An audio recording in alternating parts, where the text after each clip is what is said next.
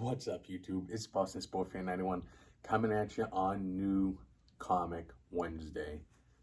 Best day of the week, that's not Friday, of course. So we have new comics. I picked up 11 today. Last week it was 2, this week's 11. I guess it's Feast of Famine. So just sat down and read 2 of them. The 2 that I read was the Absolute Powers. We do have a Green Arrow that ties into Absolute Power. I have not read Green Arrow. I'm going to do his own video because I love Green Arrow. I think big things are going to be happening in Green Arrow, so I'm going to give it its own little video later this week. Like I said, 11 comics to read, so I'll have material for the next few days, so tune in. So these 2, the 2 we're going to talk about today is Absolute Power Origins. It's the 3rd issue of 3 of 3, and then 7 of 7 on the Task Force. So we're coming to the end of Absolute Power, which I can't say I'm heartbroken about. I have enjoyed it overall, but I'm ready to get all these heroes back into their main timelines and off on their own, and get back to kind of what they do rather than it being a mass world issue.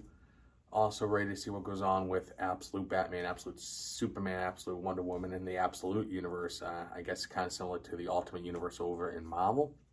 Very curious about that and how they're going to bring that to fruition and conclude the Absolute Power, crossover, I guess we could call it, events better. I think that might drop next week, if not the week after, I can't remember. But so first up, we're just going to talk about the 3rd Origins one with Amanda Waller. Overall, this has not been bad. It's been pretty good. There's one picture in here that I really want to show off. There's just some fantastic artwork here.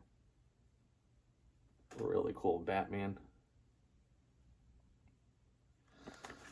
So this has been pretty much, or like it says, Origins, Amanda's origin story.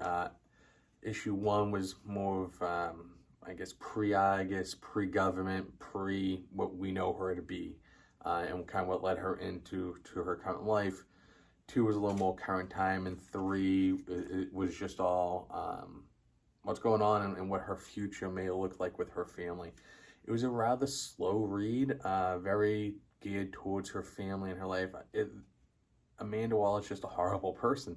It doesn't matter whether she's dealing with Superman or Batman, Wonder Woman, Green Lantern, or any other hero, villain, or even her own family. She's just not a great person, and every version of Amanda Waller, she's just horrid. So, you love to hate her. It's kind of one of those things. So I guess she's the perfect character to hate. So I did enjoy her origin, 3-issue thing overall. Definitely worth the read, but, again, I'm kind of glad it came to an end because all 3 issues were a little bit on the slow side.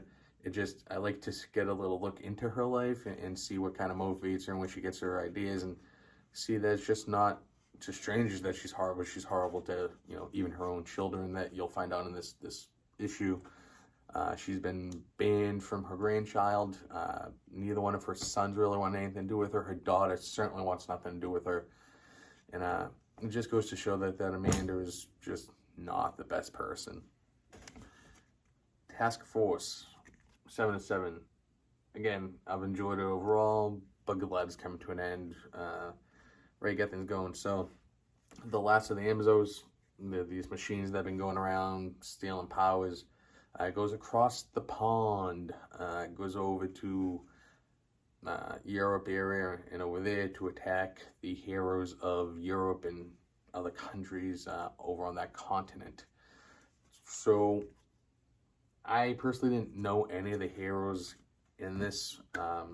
You may, but all these names that we're reading through were really new to me.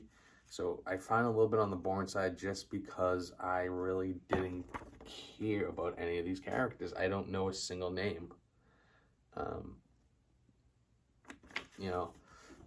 There's a few characters that are in here. Never heard of them. Don't know who they are. So it was really hard for me on this one to really get into it. I didn't really care how it played out. Didn't mean much to me one way or the other.